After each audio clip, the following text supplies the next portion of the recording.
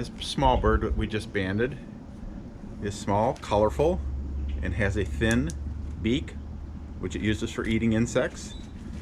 So this is one of our migratory warblers, which is one of the reasons we're here at the Nature Center this time of year doing this program. The warblers come through during the month of May on their way to their nesting grounds from where they spent the winter. The field marks on this one are a gray head with a white ring of feathers around the eye, a green back, and yellow on the underside. And this one is called a Nashville warbler. And the reason it's called Nashville warbler is not because it's found there particularly, but that's where the first one was discovered, probably 200 years ago. So some of these birds have names based on locations where they're a lot more widespread than that. I can tell that this is a male by looking at the top of its head.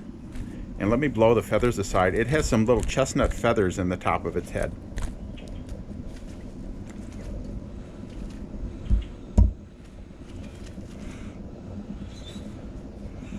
Kind of hidden by the gray. So a female would have all gray there, and males have the chestnut there. And Nashville warblers spend the winter in Central America mostly, down as far south as Costa Rica and Panama, up into Mexico, and they come around the Gulf of Mexico north into Michigan. So there are a lot of these that nest in northern Lower Peninsula and in the Upper Peninsula and all through Canada.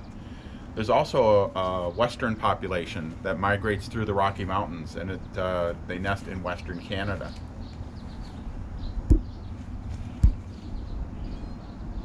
And these small birds use the E.L. Johnson Nature Center for food, water, and shelter, a resting place to fatten up to continue their migration.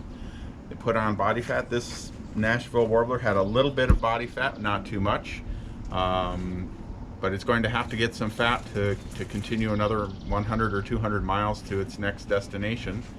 And it's been fairly cold this week, and so insects are in short supply, so hopefully this bird will be able to find enough insects to continue.